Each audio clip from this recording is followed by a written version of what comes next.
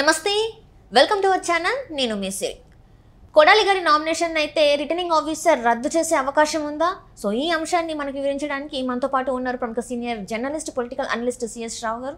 నమస్కారం సార్. నమస్తే సార్, ఇప్పుడు చూస్తున్నట్టయితే కొడాలి నాని గారు అయితే నామినేషన్ వేయడానికి వెళ్ళిన సందర్భంలో తన పైన కొన్ని ఫిర్యాదులు అయితే ఉన్నాయి. మున్సిపల్ కార్యాలయాన్ని తను సొంతంగా వాడుకున్నారని చెప్పేసి అయితే టీడీపీ ఇంకా జనసేన నేతలు అయితే తన మీద రిటర్నింగ్ ఆఫీసర్కి ఫిర్యాదు చేయడం జరిగింది. మరి నిజంగానే తన నామినేషన్ని రద్దు చేసే అవకాశం ఉందా, తను ఎన్నికల బరిలో నుంచి అవుట్ అయ్యే అవకాశం ఉందంటారు? సో ఒకటి ఏంటంటే ఎన్నికల నిబంధనలు ఉంటాయి. ఎన్నికల నిబంధనల్ని ఆర్ఓ అంటే రిటర్నింగ్ ఆఫీసర్ పరిశీలిస్తూ ఉంటారు. ఆర్ఓ అంటే ఆర్డీఓ క్యాడర్ దాదాపుగా అధికారులు ఉంటారు. లేదంటే ఆయన పరిధిలో డెసిషన్ తీసుకోలేకపోతే ఇమీడియట్గా కలెక్టర్కి పంపిస్తారు. అంటే జిల్లా ఎన్నికల అధికారి ఉంటారు కాబట్టి జిల్లా ఎన్నికల అధికారికి పంపిస్తారు. సిచ్యువేషన్ ఇలా ఉంది, దీన్ని ఏం చేయాలి అనేది. లేదా ఆయన కూడా ఒక నిర్ణయం తీసుకోలేని పరిస్థితుల్లో అప్పుడు జిల్లా ఎన్నికల అధికారిగా ఉన్నటువంటి కలెక్టర్ ఏం చేస్తారంటే రాష్ట్ర ఎన్నికల కమిషన్కి పంపిస్తారు. రాష్ట్ర ఎన్నికల కమిషన్ పరిశీలిస్తుంది. కొన్ని మార్గదర్శకాలు గైడ్ లైన్స్ చాలా క్లియర్గా ఉంటాయి. ఎన్నికల కమిషన్కి సంబంధించిన గైడ్ లైన్స్, ఆ గైడ్ లైన్స్కి అనుగుణంగానే నామినేషన్ వేయాలి. దానికి విరుద్ధంగా నామినేషన్ ఉంటే తిరస్కరించేటువంటి ఛాన్సెస్ ఉంటాయి. సో ఇప్పుడు రాష్ట్ర ఎన్నికల కమిషన్ వరకు ఒకవేళ నిర్ణయం తీసుకోలేకపోతే అప్పుడు కూడా ఇమీడియట్గా దాన్ని కేంద్ర ఎన్నికల సంఘానికి పంపిస్తారు. కేంద్ర ఎన్నికల సంఘం నిర్ణయిస్తుంది. ఎందుకంటే ఈ మధ్యకాలంలో జరిగినట్టు ఒక పరిణామాన్ని నేను గుర్తు చేస్తాను. రాష్ట్ర ఎన్నికల సంఘం ఒక నిర్ణయం తీసుకోలేకపోయింది. ఏ విషయంలో నిర్ణయం తీసుకోలేకపోయింది? ఇప్పుడు వాలంటీర్లు అనేవాళ్ళు అసలు ఎన్నికల పరిధిలోకి వస్తారా రారా, అలాగే ఈ సలహాదారులు ఉన్నారు. సలహాదారులు అనేవాళ్ళు అసలు ఎన్నికల నిబంధనల పరిధిలోకి వస్తారా రారా, దీని మీద క్లారిటీ తీసుకునే ప్రయత్నం చేస్తే రాష్ట్ర ఎన్నికల కమిషన్ ఒక నిర్ణయం తీసుకోలేని పరిస్థితుల్లో అప్పుడు కేంద్ర ఎన్నికల సంఘానికి నివేదించింది. కేంద్ర ఎన్నికల సంఘం ఏం చేసింది, వాళ్ళ ఎన్నికల పరిధిలోకి వస్తారు కాబట్టి వాళ్ళ మీద చర్యలు తీసుకోవచ్చు అని చెప్తే అప్పుడు చర్యలు తీసుకుంది. ఎన్నికల ప్రక్రియకు వాళ్ళని దూరంగా పెట్టాలనేటువంటి ఒక నిర్ణయం తీసుకుంది. అలాగే సలహాదారుల విషయంలో కూడా అదే చేసింది. సలహాదారులు అసలు ఎన్నికల పరిధిలోకి వస్తారా రారా అనేటువంటి ఒక కన్ఫ్యూజన్ ఉన్నప్పుడు రాష్ట్ర ఎన్నికల కమిషన్ కేంద్ర ఎన్నికల కమిషన్కి లెటర్ రాసింది.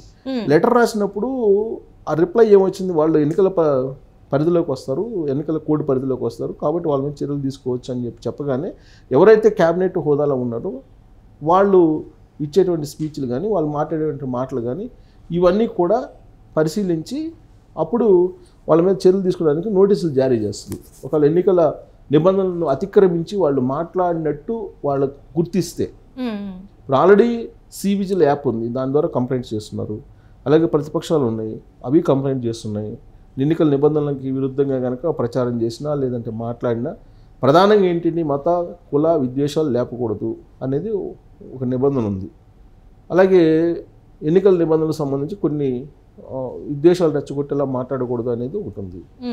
అవన్నీ కూడా గైడ్ లైన్స్కి లోబడే ఉండాలి. గైడ్ లైన్స్ లోబడే నువ్వు ప్రచారం చేసుకోవాలి. అలా లేనప్పుడు నీ మీద కంప్లైంట్ వెళ్ళినప్పుడు నిన్ను వివరణ అడుగుతారు. వివరణ అడిగినప్పుడు నువ్వు వివరణ ఇవ్వాల్సి వస్తుంది. అలాగే ఇప్పుడు కొడాలి నానికి సంబంధించినటువంటి ఇష్యూ వచ్చినప్పుడు కొడాలి నాని నామినేషన్ వేస్తారు. నామినేషన్ వేసినప్పుడు ప్రధానంగా వాళ్ళు చూపించాల్సింది ఏంటంటే నీ మీద ఎన్ని కేసులు ఉన్నాయి, నీ మీద ఆస్తుల విలువలు ఎంత ఉన్నాయి, నీ సంపాదన ఎంత ఉంది, మొత్తం వివరాలు మొత్తం పొందుపరచాలి. నీకు సంబంధించినటువంటి నేటివిటీ ఎక్కడ ఉంది, నీ ఓటర్ కార్డు, ఇవన్నీ కూడా నీకు సంబంధించినటువంటి పూర్తి వివరాలు తెలియజేయాలి.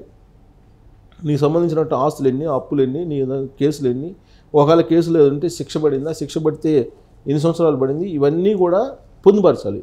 పొందుపరిచినప్పుడు అప్పుడు పరిశీలిస్తారు. తర్వాత నువ్వు అప్పు ఉండకూడదు. ప్రభుత్వ రంగ సంస్థలకి లేదా ప్రభుత్వ సంస్థలకు నువ్వు అప్పు ఉండకూడదు. అప్పు డ్యూ ఉందంటే నేను తిరస్కరిస్తారు. సో కాబట్టి అవన్నీ పరిశీలించిన తర్వాతనే ఇతను నామినేషన్ మనం యాక్సెప్ట్ చేయాలా లేదా తిరస్కరించాలా అనేది ఉంటుంది. ఎగ్జాంపుల్ తీసుకుంటే కనుక ఇప్పుడు ఒకవేళ నువ్వు ఆస్తి పన్ను కట్టలేదు, ఆస్తి పన్ను కట్టకపోతే ఇమీడియట్గా నీ నామినేషన్ రద్దు చేస్తారు. అలాగే ఇప్పుడు కొడాలి నామినేషన్ విషయంలో ఏమొచ్చింది, ఏం అభ్యంతరాలు వ్యక్తమని అభ్యంతరాలు కూడా వ్యక్తం చేయొచ్చు ఇది ప్రతిపక్షం. అందుకే అభ్యంతరాలు వ్యక్తం చేస్తారంటే కేసులు ఉన్నాయి అనుకోండి, ఇప్పుడు ఎక్కడెక్కడ ఎవరెవరు ఎన్ని కేసులు ఉన్నాయో తెలియదు రాజకీయ నాయకులు, బోల్డెన్ కేసులు పెడతారు. సో అందుకే చంద్రబాబు నాయుడు ఏం చేశారంటే నాకు కేసులు ఎక్కడెక్కడ మీరు పెట్టింది గవర్నమెంట్ నాకు వివరాలు కావాలని చెప్పి డైరెక్ట్గా డీజీపీకి లేఖ రాశాడు. లేఖ రాస్తే డీజీపీ రెస్పాండ్ కాలేదు. రెస్పాండ్ కాకపోతే అప్పుడు ఆయన హైకోర్టుకి వెళ్ళాడు. హైకోర్టుకి వెళ్తే హైకోర్టు డైరెక్షన్ ఇచ్చింది, మీరు చంద్రబాబు నాయుడు మీద కానీ తెలుగుదేశం పార్టీ వాళ్ళ మీద కానీ లేకపోతే ఎవరిపైనైనా సరే మీరు కేసులు పెట్టుంటే ఆ కేసుల వివరాలు మిమ్మల్ని అడిగితే మీరు ఇమీడియట్గా ఇవ్వాలి అని చెప్పి డైరెక్షన్ ఇచ్చింది హైకోర్టు. ఆ మేరకు పోలీసులు ఇస్తారు ఏ స్టేషన్లో రాష్ట్ర వ్యాప్తంగా కేసులు ఉన్నాయి వీటన్నిటి మీద పరిశీలించి అప్పుడు వాళ్ళు ఇచ్చినటువంటి డేటాని సంతకం పెట్టిస్తారు, ఆ డేటాని అక్కడ పొందుపరుస్తారు. సో అందువల్ల అది యాక్సెప్ట్ అవుతుంది. ఆ దాచిపెడితే మాత్రం నీ నామినేషన్ తిరస్కరణకు గురవుతుంది. అంటే ఎట్లా అంటే ప్రభుత్వ దానికి దాచిపెట్టడానికి రాదు కదా సార్. ఒకవేళ అంటే కొన్ని కేసులు ఉన్నాయి, ఒక్కోసారి మనకు తెలియకుండా కూడా మర్చిపోతాం. అంటే ఇప్పుడు ఏదైనా మామూలు అయితే ఓకే, ఇప్పుడు ఎక్కడెక్కడ ఏ స్టేషన్లో ఎన్ని కేసులు ఉన్నాయి అని చెప్పి ఒక 10-15 కేసులు ఉన్నాయి అనుకోండి, అది మనకు తెలియ గుర్తుండదు కదా, కొన్ని కేసులు మర్చిపోతాం, అది పిటి కేసులు అన్నట్టుగా. సో అవన్నీ మెన్షన్ చేయాలి. అలాగే బకాయిలు, ఎక్కడైనా బకాయిలు ఉన్నాయండి, ఎస్పెషల్లీ ఆస్తికి సంబంధించిన బకాయిలు ఎక్కడైనా ఉంటే నువ్వు ఎగ్గొట్టితే యాజ్ పర్ ద నామ్స్ చెల్లించకపోతే, ప్రభుత్వ ఆస్తులకు సంబంధించి చెల్లించకపోతే డెఫినెట్గా నీ నామినేషన్ తిరస్కరించబడుతుంది. సో ఇప్పుడు కొడాలి నాని నామినేషన్ విషయంలో కూడా అదే జరిగింది. ఏం జరిగింది, ఆయన గుడివాడ మున్సిపల్ కార్పొరేషన్ సంబంధించి మున్సిపాలిటీకి సంబంధించినటువంటి ఒక భవనాన్ని వాడుకుంటున్నాడు.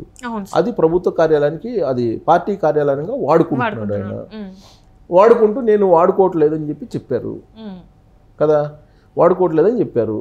సో కానీ అది వాడుకుంటున్నారు, దాన్ని తీసుకున్నాడు, డబ్బులు చెల్లించలేదు అనేది వీళ్ళు ఆన్ రికార్డు తెలుగుదేశం పార్టీ వాళ్ళు తీశారు డేటా. ఎట్లా తీశారు, ఆల్రెడీ ఇతనికి ఆ భవనాన్ని ఇస్తున్నట్టు ఒక లెటర్ అయితే ఉంటుంది కదా, ఆ లెటర్ బయటికి తీశారు. ఆ లెటర్ బయటికి తీసి ఇప్పుడు ఆ భవనాన్ని ఈయన వాడుకుంటున్నాడు, వాడుకున్నందుకు కట్టాల్సినటువంటి అమౌంట్ ఏదైతే ఉందో అది కట్టలేదని చెప్పి వీళ్ళు ఒక ప్రూఫ్ని తీసుకెళ్లారు. ప్రూఫ్ తీసుకు ఆర్ఓకి ఇచ్చారు, రిటర్నింగ్ ఆఫీసర్కి. సో అది కనుక నిజంగా ఇతను వాడుకుంటూ పార్టీ కార్యాలయానికి వాడుకుంటూ ఈయన కనుక దాన్ని అద్దెకి తీసుకొని అద్దె ఎగ్గొట్టినట్టు కనుక ఉంటే డెఫినెట్గా తిరస్కరణకు గురి అయ్యే అవకాశం ఉంది. అది ఆర్ఓ విచక్షణ అధికారాల మీద ఆధారపడి ఉంది. వన్స్ ఆర్ఓ కనుక యాక్సెప్టెడ్ అంటే యాక్సెప్ట్, లేదు తిరస్కరించాలంటే తిరస్కరణ గురవుతుంది. అతను కనుక అర్థం కానటువంటి పరిస్థితి ఉందనుకో, ఒక నిర్ణయం తీసుకోలేని పరిస్థితిలో ఉంటారు చాలామంది.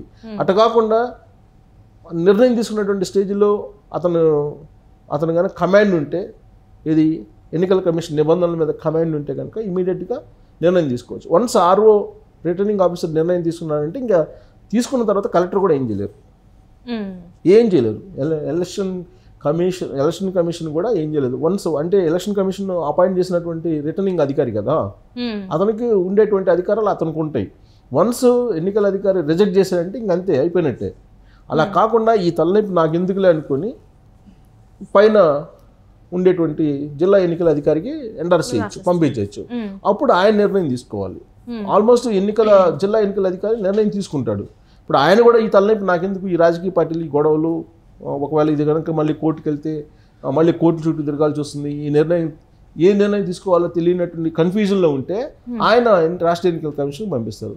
రాష్ట్ర ఎన్నికల కమిషన్ ఖచ్చితంగా నిర్ణయం తీసుకుంటుంది, 90% తీసుకుంటుంది. ఇన్ కేసు ఏదైనా డౌట్ ఉంటే ఫ్యాక్స్ మెయిల్లో పంపిస్తారు కేంద్ర ఎన్నికల కమిషన్ చెప్పేస్తుంది గైడ్లైన్స్. సో దాని మీద నిర్ణయం అనేది ఆర్ఓనే ప్రకటిస్తారు. ఒకవేళ నిర్ణయం ఎక్కడ జరిగినప్పటికీ, కేంద్ర ఎన్నికల సంఘంలో జరిగినా, రాష్ట్ర ఎన్నికల జరిగినా, లేదా జిల్లా ఎన్నికల అధికారి తీసుకున్నా, లేదా ఎన్నికల అధికారి డైరెక్షన్ మేరకు ఆర్ఓ ఎవరైతే ఉన్నారో ఎన్నికల అధికారి ఆయనే తీసుకోవాలి డెసిషన్ అయితే. కాకపోతే అర్థం కానప్పుడు సలహా తీసుకుంటారు అంతే. సో కాబట్టి ఆర్ఓ ఇచ్చేటువంటి డెసిషన్ మీద కొడాలి నాని జాతకం ఆధారపడిందని చెప్పి మనం చెప్పొచ్చు. Right thank you so much sir.